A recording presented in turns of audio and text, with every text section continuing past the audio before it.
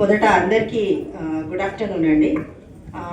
తన విధులను, తన యొక్క ఉద్యోగ బాధ్యతను సక్రమంగా నిర్వర్తించి ఎలాంటి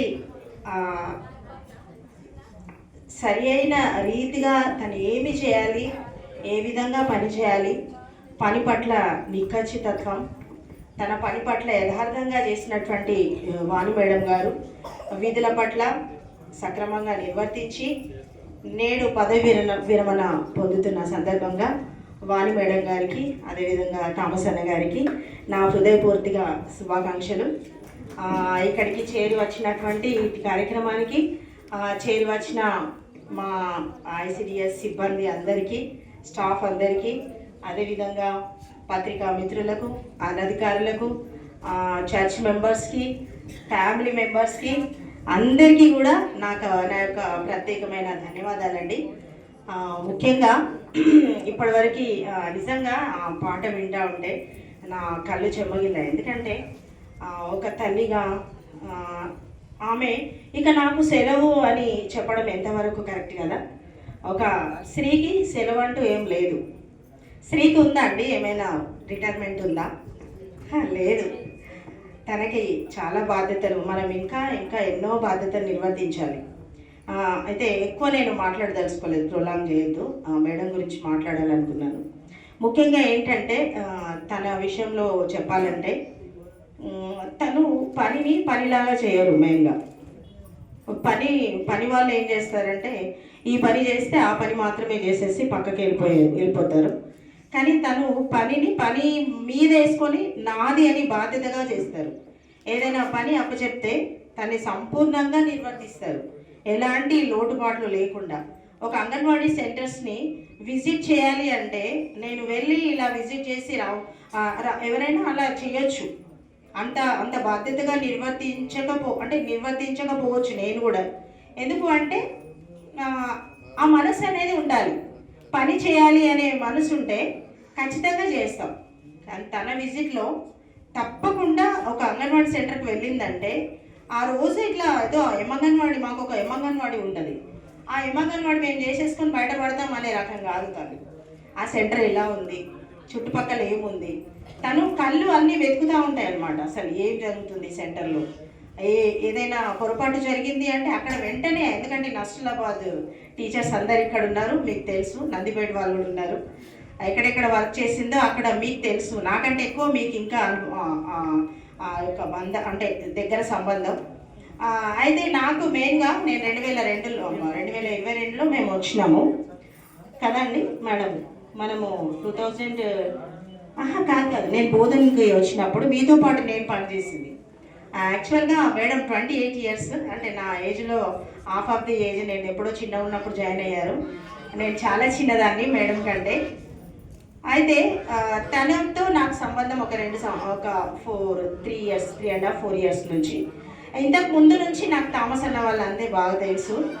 ఎట్లా అంటే అన్న వాళ్ళ మా డాడీ అందరు కూడా చర్చ్ పాస్టర్స్ అనమాట. ఒక మంచి దైవజనులు ఆ కాలంలో. వాళ్ళ ద్వారా ఆ ఫ్యామిలీ అంతా కూడా మాకు పరిచయము. కానీ అక్కతో, ఆ మేడంతో నాకు అంత ఎక్కువ పరిచయం లేకుండే.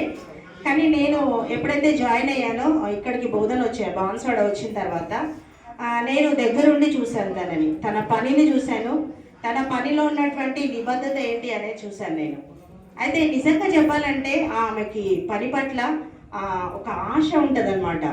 ఆ రోజు నేను చెప్పేదాన్ని, ఎందుకు మేడం ఊరికి వెళ్తారు, వెళ్ళకండి, దగ్గరే ఏదైనా ఉంటే చూసుకోండి, ఈరోజు ఇంట్లో ఉన్నా నేను ఆఫీస్ అటెండెడ్ అని వేసుకోండి అంటే కూడా నాకు అట్లా చెప్పేది, నాకేం బాగాలేదురా నేను వెళ్ళాను అని మెసేజ్ పెట్టేది. పోయి తీరా చూస్తే ఫొటోస్ చూస్తే సెంటర్ విజిట్. ఇప్పుడే చెప్పింది బాగాలేదని చెప్పి మళ్ళీ సెంటర్ విజిట్ చేస్తుంది అనుకునేది. అంటే అంత పని పట్ల తన ఇంట్లో ఉండదు. ఎప్పుడు ఇంట్లో ఉంటే అనారోగ్యం, చాలా రకాల అనారోగ్యాలు వచ్చినాయి, మీ అందరికీ తెలుసు. తనకి లంగ్స్ ఎఫెక్ట్, తర్వాత ఈ వాతావరణం పడదు, చాలా కొంచెం డిస్టర్బెన్స్ చాలా ఉండే తనకి హెల్త్ విషయంలో. అయినా దేవుడు తనకి మంచి ఆరోగ్యం ఇచ్చాడు. అయితే పనిలో కంపల్సరీ విశ్రాంతి అనేది అవసరమే. ఎందుకు అంటే ఇప్పటివరకు చాలా చేశారు, అనుకున్న దానికంటే ఎక్కువనే పని చేశారు. ఇప్పుడు మనం విశ్రాంతి తీసుకోవాలి. అంటే విశ్రాంతి అంటే నాకు తెలిసి మేము డబుల్ పనులు చేస్తూ ఉంటాం అనమాట. నాకు కానీ వాణి మేడంకి కానీ డబుల్ బర్డన్స్ ఉంటాయి. మేము ఇటు సేవలో ఉండాలి, మా సార్ కూడా చర్చ్ పాస్టర్, మేము దేవుని పని చేయాలి, ఇటు ప్రభుత్వ పని కూడా చేయాలి, సమాజ సేవ చేయాలి, దేవుని సేవ చేయాలి. 2 రకాల బర్డన్స్ ఉంటాయి మాకు. అందరికీ ఎట్లా ఉంటుందంటే ఒక సండే వచ్చింది లేదు అని అంటే ఏదైనా హాలిడే వస్తే వాళ్ళకి రెస్ట్, కానీ మాకు సండే కూడా రెస్ట్ ఉండదు. ఇంకా అన్ని దినాల కంటే మేము ఇంకా సండే కానీ మిగతా ఏదైనా చర్చ్ విషయాల్లో ఇంకా ముందుండి పని చేయాలి. కాబట్టి చాలా డబుల్ బర్డన్స్లో పనిచేస్తూ ఉంటాం. కొన్నిసార్లు దేవుని పనిని మేము పక్కకు పెట్టేసి డ్యూటీ పని చేయాల్సి వస్తూ ఉంటుంది. ఎందుకు అంటే అక్కడ మాకు మీటింగ్స్ అవుతూ ఉంటాయి, అన్న ఒక్కడే పోతూ ఉంటాడు, మేడంకి ఏదో అర్జెంట్ మీటింగ్ ఉంటుంది, కలెక్టర్ మీటింగ్ అని అదో ఏదో అక్కడ మిస్ అవుతూ ఉంటుంది. చాలా విషయాలు అలా మిస్ అయ్యి చాలా బాధపడిన సందర్భాలు. కానీ నేను ఇప్పుడు చెప్పేది ఏంటంటే అన్నతో పాటు సంపూర్ణంగా తను ఇప్పుడు దేవుని సేవలో పని చేయాలి, దేవుని పని చేయాలి. ఇప్పుడు ఇంకా తను ఏం చేయలేదో, ఎక్కడైతే గ్యాప్స్ వచ్చిందో అది దేవుని పనిలో సంపూర్ణంగా మీరు వాడబడాలి. ఇంకా అనేకులకి మీరు ఒక పిల్లర్ లాగా, ఒక మంచి గైడ్ లాగా మీ చర్చ్ని కానీ ఇంకా అందరికీ ఏమేమి చేయాలి, మీరు ఇంతవరకు ఏమేమైతే మీరు చేయలేకపోయారు వాటన్నిటిని కూడా రీచ్ కావాలి. ఇక్కడ చాలా చాలా పెద్దోళ్ళు ఉన్నారు, నేను కొంచెం ఫస్ట్ మాట్లాడాలి. బేబీ మేడం గారు ఉన్నారు, నాగమణి మేడం గారు, ఇప్పుడు అజిజా మేడం, వీళ్ళంతా నా గురువులు అనమాట. శరణ్ మేడం, వీళ్ళంతా కూడా నాకు గురువులు. పద్మ గారు, ఇట్లా అందరు కూడా నాకంటే పెద్దోళ్ళు అనమాట. వాళ్ళు నాకు గురువులు అనమాట.